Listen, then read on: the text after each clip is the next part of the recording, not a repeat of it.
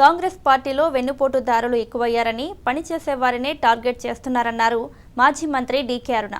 తనను మానసిక క్షోభకు గురి చేశారని ప్రభుత్వంపై పోరాడుతుంటే అడ్డుపడ్డారన్నారు.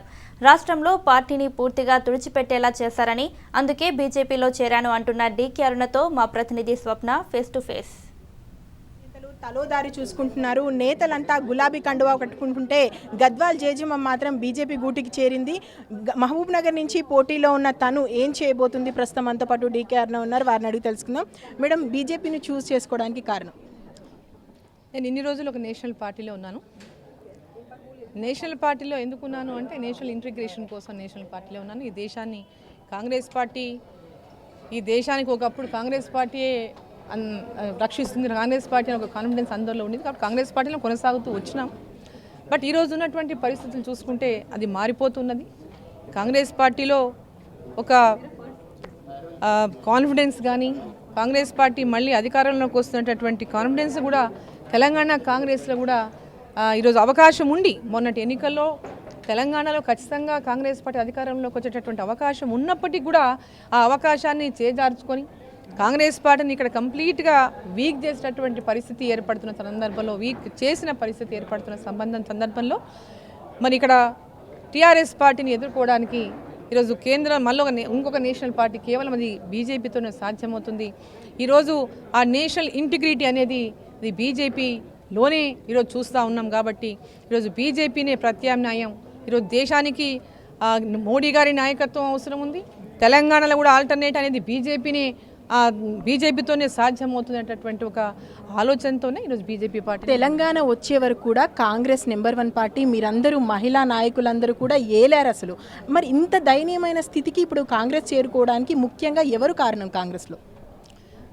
కాంగ్రెస్ పార్టీలో ఉన్నటువంటి నాయకత్వం బలంగా టీఆర్ఎస్ పార్టీపై పోరాటం చేయకపోవటం, పోరాటం చేసే వాళ్ళని కూడా ప్రోత్సహించకపోవటం, పోరాటం చేసే వాళ్ళని బలహీనపరచాలనుకోవటం.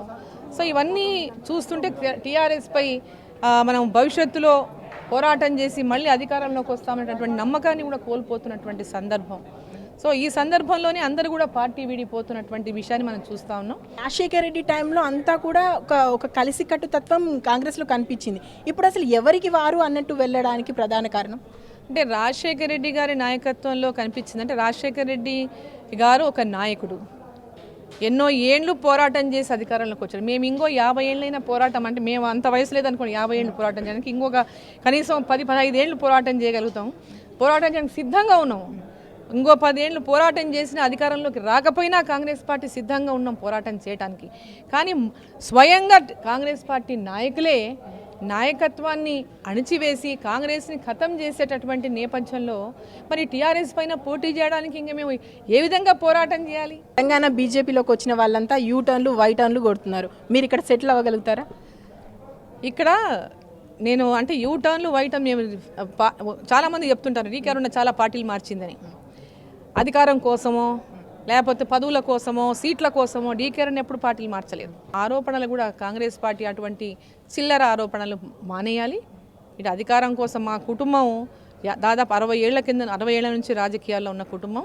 మా ఫాదర్ కానీ, మా మామగారు కానీ, మా బావగారు కానీ, మా హస్బెండ్ కానీ, నేను కానీ ఏ రోజుకు పదవుల కోసమో లేకపోతే అధికార పార్టీలో ఉండాలనో ఆ విధంగా చేసినటువంటి లక్షణాలు వాళ్ళు మాట్లాడేవాళ్ళు అన్ని తెలుసుకుని మాట్లాడితే మంచిది.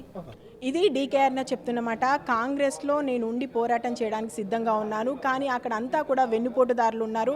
నేను ముందుకొచ్చి పని చేస్తాను అన్నా కూడా నన్ను పని చేయనీయకుండా వెనక్కి లాగారు.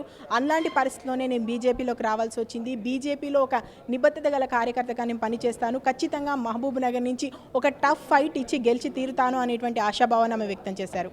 విడుజన్స్ రాజుతో స్వప్న, రాజ్ న్యూస్, హైదరాబాద్.